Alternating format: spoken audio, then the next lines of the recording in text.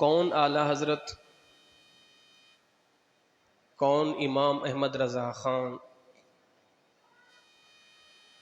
جن کا ہم منا رہے ہیں عظیم الشان یوم؟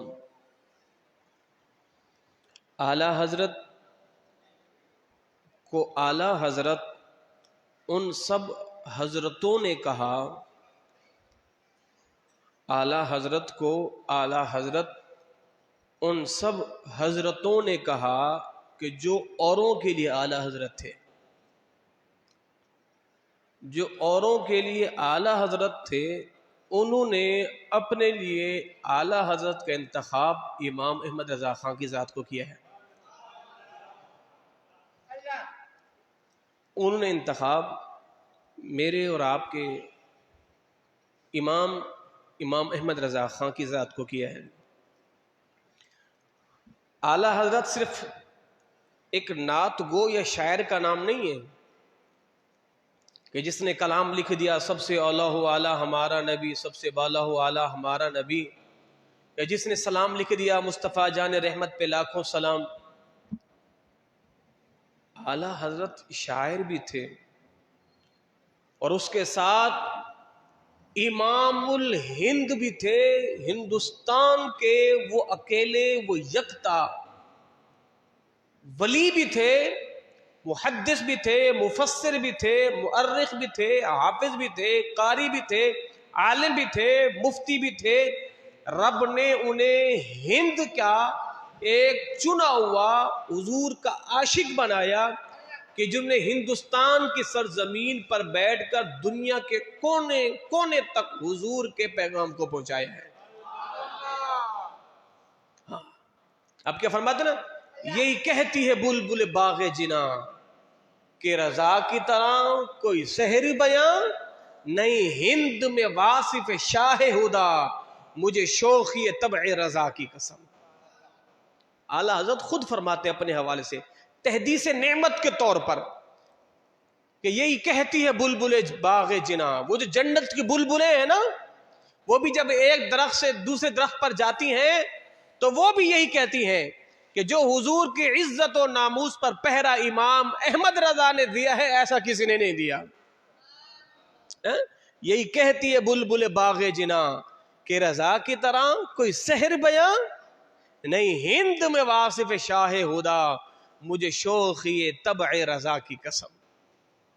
میرے امام عشق و محبت امام احمد رضا خان رحمت اللہ تعالی علیہ، آپ مدرزاد ولی تھے، مدرزاد ولی کہ رب نے جن کا انتخاب کیا تھا اس سرزمین کے لیے، وہ امام احمد رضا مجدد بن کر آیا تھا جس نے دین کی ایسی تجدید کی کہ کھوٹے اور کھرے کو بالکل واضح کر کے رکھ دیا ہے۔ امام احمد رضا کی کتنی بڑی خدمات ہیں پاکستان میں بسنے والے تمامی مسلمانوں پر۔ آپ کو معلوم ہے کہ دو قومی نظریہ جس نے سب سے پہلے پیش کیا اس کا نام امام احمد رضا خان کی ذات ہے۔ ہندوستان کی آزادی میں جس گھرانے کا سب سے بڑا کردار ہے وہ گھرانہ امام احمد رضا کا گھرانہ ہے۔ جن مجاہدین کو کھانا فراہم کیا جاتا تھا، جن مجاہدین کو گھوڑے دیے جاتے تھے، جن مجاہدین کے لیے راشن کا اہتمام کیا جاتا تھا، وہ آستانہ بریلوی کا آستانہ تھا۔ انگریزوں کے خلاف جنہیں صف اول میں آزادی میں کردار ادا کیا ہے وہ گھرانہ امام احمد رضا خان کا گھرانہ تھا۔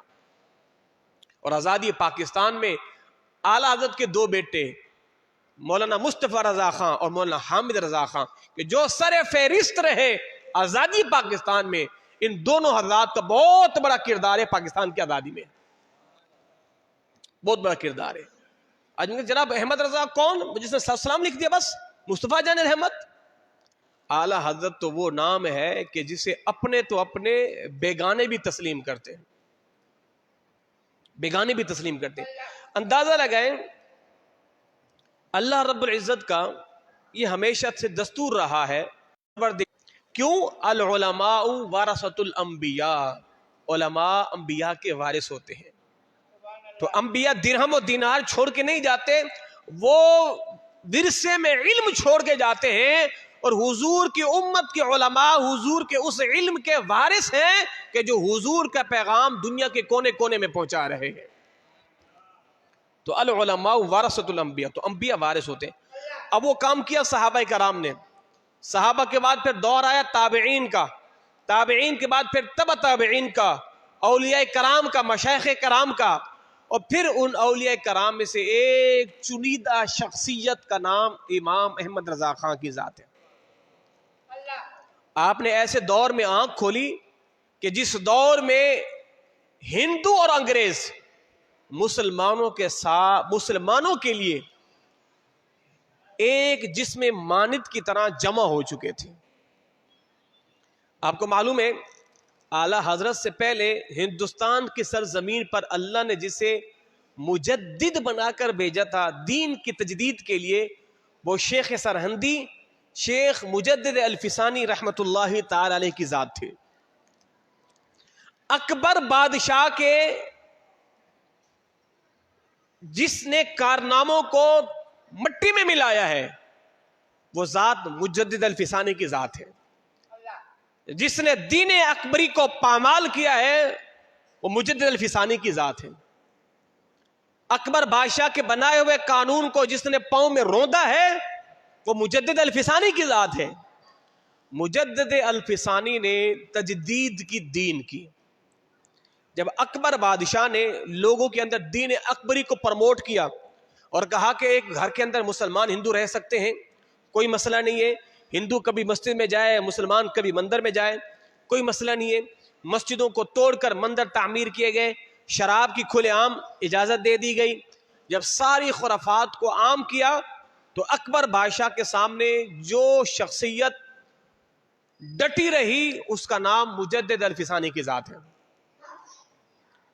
آپ کھڑے رہے، آپ کو پابند سلاسل کیا گیا، آپ کو سزائیں دی گئی، اور پھر اس مجدد الفسانی کی ان دینی تبلیغ سے اللہ نے ہندوستان پر ایسا کرم کیا کہ اکبر بادشاہ کی ہاں ایک بیٹا پیدا ہوا، اور پھر اس بیٹے نے آ کے آپ کے پاس کہا کہ جناب آپ کی جو تعلیمات ہیں، آپ کی جو کاوشیں ہیں اسلام کے نظام کے نفاذ کے لیے، میں اس کا خواہاں ہوں، میں آپ کے ساتھ چلنا چاہتا ہوں. پھر اکبر بادشاہ کے اس بیٹے نے مجدد الفسانی کے ساتھ مل کر دین کا کام کیا، اور پھر الحمدللہ پھر اکبر بادشاہ کے دو پوتے ہوئے، جس میں سے ایک کا نام ابو المظفر اور ایک کا نام عالمگیر تھا، کہ جس نے ہندوستان میں دین کا کام کیا اور 500 علماء کرام کو منتخب کر کے ایک فتویٰ تحریر کیا کہ جسے فتاوی آیات، یہ ساری کی ساری برکتیں یہ مجدد الفسانی رحمت اللہ تعالی علیہ کی ذات کی تھی. تو اللہ رب العزت نے آپ کو دین کی تجدید کے لیے آپ کا انتخاب ہوا اور آپ کو چنا گیا. اللہ اکبر، نعرہ تکبیر، نعرہ رسالت، نعرہ رسالت، نعرہ خلافت، نعرہ حیدری.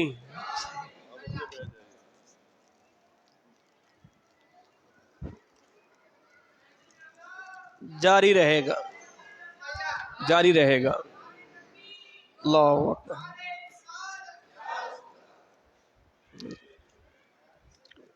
اجازت الحمدللہ.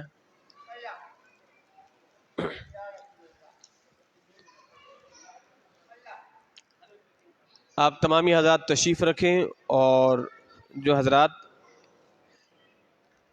انتظار کر رہے ہیں ان سے گزارش ہے، صاحبزادہ حضور والا تشریف لا چکے ہیں، آپ حضرات جلد سے جلد مسجد میں تشریف لائیں.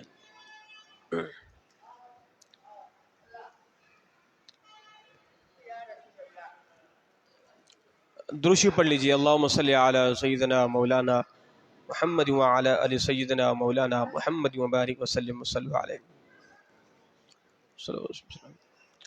تو میں عرض کر رہا تھا اللہ رب العزت نے دین کا کام ہندوستان کی سرزمین پر جس سے لیا وہ مجدد الفسانی رحمۃ اللہ تعالی کی ذات تھی، اور پھر اس کے بعد پھر اللہ رب العزت نے جس کا انتخاب دین کے کاموں کے لیے کیا وہ میرے اور آپ کے آقا و مولا امام احمد رضا خان کی ذات تھی۔ جناب ابو ہریرہ رضی اللہ تعالی عنہ سے مروی ہے نا، حضور نے فرمایا کہ اللہ ہر 100 سال کے بعد ایک ایسے شخص کو بھیجتا ہے کہ جو دین کی تجدید کرتا ہے۔ ہر ایک صدی کے بعد ایک ایسا شخص حضور اللہ کے نبی صلی اللہ علیہ وسلم کی امت میں آتا ہے کہ جو دین کی تجدید کرتا ہے۔ تو شیخ مجدد الفسانی کے بعد کہ جس نے دین کی تجدید کی وہ میرے اور آپ کے امام عشق و محبت پروانہ شمع رسالت امام احمد رضا خان رحمۃ اللہ تعالی کی ذات والا ببرکات تھی۔ آپ نے جس دور میں آنکھ کھولی اس دور میں انگریز، ہندو، سکھ یہ سب کے سب یک ہو کر مسلمانوں کے خلاف ایک ایسی سازش کو رچا جا رہا تھا۔ اللہ اکبر، اس دور میں جس نے مسلمانوں کی آنکھوں کو کھولا وہ میرے اور آپ کے امام رضا خان کے ساتھ تھی۔ جب کئی تحریکیں چلی اور مسلمان ان تحریکوں میں بہے جا رہے تھے، اللہ اکبر، اور پھر اعلیٰ حضرت عظیم البرکت نے کس کس محاذ پر کھڑے ہو کر مسلمانوں کا دفاع کیا۔ انگریز وہ تو خود عیسائی اور پھر ہندو اپنا پرانا بدلہ لینے پہ تلے ہوئے تھے، اور سکھ یہ تینوں مل کر مسلمانوں کے خلاف جمع ہو چکے تھے، مگر اعلیٰ حضرت نے ہر محاذ پر کھڑے ہو کر مسلمانوں کو ایک صحیح سمت کا پتہ دیا اور مسلمانوں کو بیدار کیا۔ یہ آپ کا سب سے بڑا کارنامہ تھا ہندوستان کی سرزمین پہ۔ ایک یہ محاذ، انگریز کے خلاف ایک الگ محاذ، ہندو کے خلاف ایک الگ محاذ، سکھوں کے خلاف ایک الگ محاذ، اور پھر اس کے بعد آپ ادھر آ جائیں نام لیوا مسلمانوں میں یہاں پر کئی محاذ کھڑے ہو گئے، اور ان محاذوں کا بھی تن تنہا میرے اور آپ کے امام نے مقابلہ کیا ہے۔ اب انگریز نے کیا کیا جناب عالی، ان مولویوں کو خریدا گیا، مسجدوں کے مدرسوں کے بانیان کو محتممین کو خریدا گیا، اور انہیں عالی شان مساجد و مدارس بنا کے دیے گئے، اور ان کے لیے وظیفے مقرر کیے گئے، اور کئیوں کو القابات سے نوازا گیا، مگر اس دور میں جو نہیں بکا وہ امام احمد رضا خان نہیں بکا۔ ہاں، بعضوں کو خرید کر ختم نبوت پہ حملہ کروایا گیا۔ یہ مرزا منحوس قادیانی یہ انہی انگریزوں کا نطفہ ہے کہ جس کو انگریزوں نے تیار کر کے اور پھر ختم نبوت پہ ڈاکہ ڈلوانے کے لیے اس کو میدان میں لائے، یہ انہی انگریزوں کا نطفہ ہے۔ اور پھر اس کے بعد ایسے لوگوں کو تیار کیا گیا کہ جن کی وضاحت مولویوں جیسی تھی کہ جن کے جبے دستار کو دیکھ کر لوگ دھوکہ کھا جائے۔ پھر ان سے کتابیں چھپوائی گئیں، اور پھر انہوں نے اپنی کتابوں میں لکھا معاذ اللہ ثم معاذ اللہ نقل کفر نہ باشد۔ ان سے لکھوایا گیا کہ لکھو اگر معاذ اللہ حضور کے بعد کوئی اور نبی آ جائے تو حضور کی ختم نبوت میں کوئی فرق نہیں پڑتا۔ آپ کو معلوم ہونا چاہیے کہ جب پاکستان کی قومی اسمبلی کے اندر یہ مباحثہ جو ہے وہ جاری تھا، پھر ان بد مذہبوں نے بلکہ ان کافروں نے معذرت کے ساتھ ان کافروں نے یہ کہا کہ تمہارے مولوی نے تو اپنی کتابوں میں لکھا ہے کہ حضور کے بعد اگر کوئی نبی آ جائے تو حضور کی ختم نبوت پر کوئی فرق نہیں پڑتا۔ اندازہ لگائے، جھوٹے نبی تیار کیے گئے، ختم نبوت پہ حملے کروائے گئے، اور پھر صحابہ کرام کی شان میں جو ہے وہ حملے کروائے گئے، اور پھر حضور کی اہل بیت پر جو ہے حملے کروائے گئے۔ ان تمام کا تنہا جس نے مقابلہ کیا ہے وہ میرے اور آپ کی امام رضا خان کی ذات ہے، اعلیٰ حضرت کی ذات ہے۔